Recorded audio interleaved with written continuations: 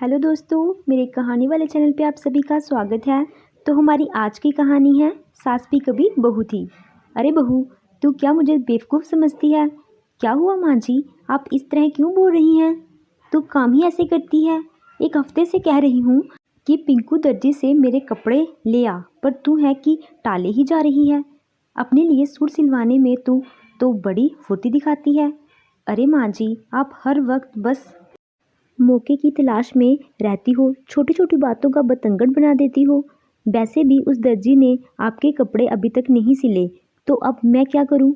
अच्छा, मैं देख रही हूं कि आजकल तेरी जुबान कुछ ज़्यादा ही चल रही है। तू ये भूल रही है कि मैं तेरी सास हूँ और तू मेरी बहू। चल जा अब, चुपचाप करके बाथरूम में जाकर कपड़े धो। आज वैसे भी घर में बहुत काम पड़ा है। इसे बहस करके तो मेरा सिर भारी हो गया है। मैं तो चली अपने कमरे में आराम करने। ये कहकर कोकिला अपने कमरे में चली जाती है और सुधा बाथरूम में कपड़े धोने। एक दिन सुधा अपनी सास के लिए खाना लेकर उसके कमरे में जाती है। माँ जी, खाना खा लीजिए। कोकिला जैसे ही खाना खाती है, उसे खाने का स्वाद बिल्कुल अच्छा नहीं लगता और वह भड़ककर अपनी बहू से कहती है, अरे बहू, तुमने क्या मुझे गाय भैंस समझ रखा है जो मेरे आगे घास लाकर रख दिया? यह तो देख, बिना तड़के वाली दाल, एकदम फीकी। और ये सब क्या है? एक तो पिछले 4 दिनों से दवाइयाँ खा खा कर मेरे मुंह का स्वाद बिगड़ा हुआ है, और ऊपर से तुम यह सब मेरे लिए बनाकर लाई है। माँ जी, आप भूल रही हैं, डॉक्टर ने आपको तीखा मसालेदार खाने से मना किया है। अरे, डॉक्टरों का क्या है, वह तो कुछ भी कह देते हैं। लेकिन अब तू क्यों डॉक्टर बन रही है? और अब जा और मेरे लिए कुछ चटपटा सा बना कर ला। ठीक है माँ जी। इसके बाद सुधा किचन में फिर से खाना बनाने के लिए चली जाती है। कुछ दिनों के बाद जब सुधा घर का काम कर रही होती है कि तभी दरवाजे की घंटी बजती है। सुधा जाकर दरवाज़ा खोलती है तो दरवाज़ा खोलते ही सुधा अपनी दादी सास को देखकर बहुत खुश होती है। दादी सास के पैर छूते हुए सुधा कहती है, दादी जी, आप अचानक यहाँ अंदर आइए। जीती रे बहू, तू तो पहले से भी ज़्यादा सुंदर हो गई है। तभी वहाँ सुधा का पति रमेश भी आता है और दादी के पैर छूते हुए कहता है, अरे क्या बात है दादी, बड़े दिनों बाद हमारी याद आई। इस बार मैं आपको जल्दी जाने नहीं दूंगा। अरे तू चिंता मत कर, इस बार तो मैं आराम से कुछ दिन रहकर ही जाऊंगी। वैसे कोकिला कहाँ है? वह नजर नहीं आ रही। तभी वहां पर कोकिला आती है। पाए लागू माँ जी।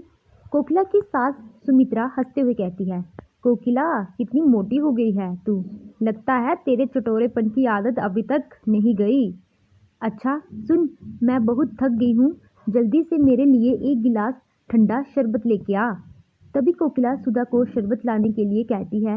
ये देख सुमित्रा कोकिला से कहती है, अरे बड़ी चालाक है तू। मैंने तुझे शरबत लाने के लिए कहा और तू बेचारी सुधा को क्यों भेज रही है? वैसे भी सुधा को देखकर ऐसे लग रहा है कि घर के सारे काम सुधा ही करती है। सास की बात सुनकर कोकिला किचन में शरबत लेने चली जाती है।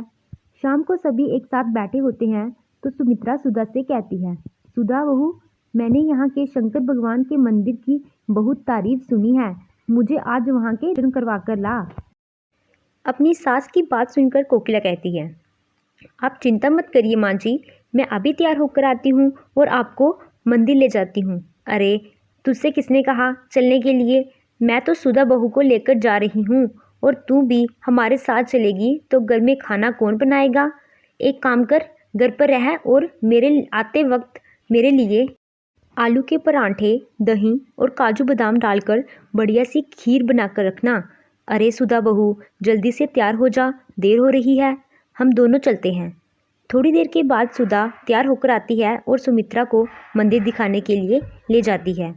वहीं दूसरी तरफ कोकिला खाना बनाते बनाते मन में ही बड़बड़ाती है, ये बुढ़िया जब से इस घर में आई है, मेरा तो जीना ही हराम हो गया है। मेरी बहू के सामने ही मुझे नीचा दिखाने लगती है। इस बुढ़िया का कुछ ना कुछ तो करना ही पड़ेगा, आखिर मेरा नाम भी कोकिला है। वहीं दूसरी तरफ सुधा सुमित्रा मंदिर पहुंचते हैं। मंदिर में दर्शन करने के बाद सुमित्रा सुधा से कहती है, बहू, तेरी सास कोकिला की बातों का बुरा मत माना कर। वह तो सिर्फ जुबान से बड़बोली है, लेकिन दिल की बहुत साफ है। हमेशा अपनी सास को माँ समझकर सेवा करना एक बहू का यह कर्तव्य होता है। जी दादी, थोड़ी देर के बाद दोनों मंदिर से प्रसाद लेकर घर की ओर निकल पड़ती हैं। इस तरह सुमित्रा को इस घर में रहते हुए कुछ दिन बीत जाते हैं। एक दिन कोकिला अपनी एक सहेली की मदद से अपने घर में एक नकली खत मंगवाती है, जिसमें लिखा होता है कि कोकिला के ससुर जी की तबीयत अचानक बहुत खराब हो गई है। खत पढ़ने के बाद कोकिला की सास अपना सामान बांधकर वहां से जाने की तैयारी करती है। इसके बाद सुधा अपनी दादी सास को छोड़ने स्टेशन जाती है। सुमित्रा के जाते ही कोकिला बहुत खुश होती है। अच्छा हुआ जो बुढ़िया चली गई, इस घर से मुसीबत टली। आज से फिर से इस घर पर मेरा ही राज चलेगा।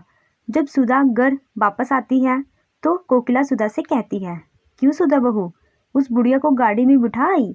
मैं जानती थी वह इतनी आसानी से नहीं जाने वाली, इसलिए तो मैंने नकली खत बनवाकर उसे वापस भिजवा दिया। मेरा नाम भी कोकिला है। सास की बात सुनकर सुधा कहती है, यह आपने ठीक नहीं किया माँ जी। आपको पता नहीं कि दादी जी आपसे कितना प्यार करती हैं। वह आपकी कितनी तारीफ कर रही थी।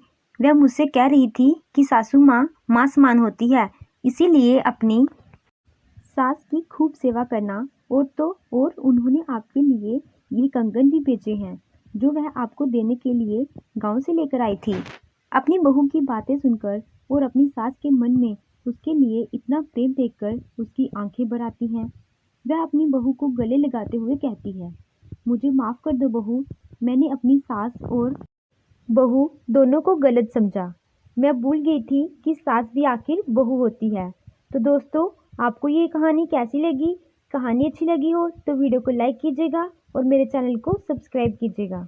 धन्यवाद।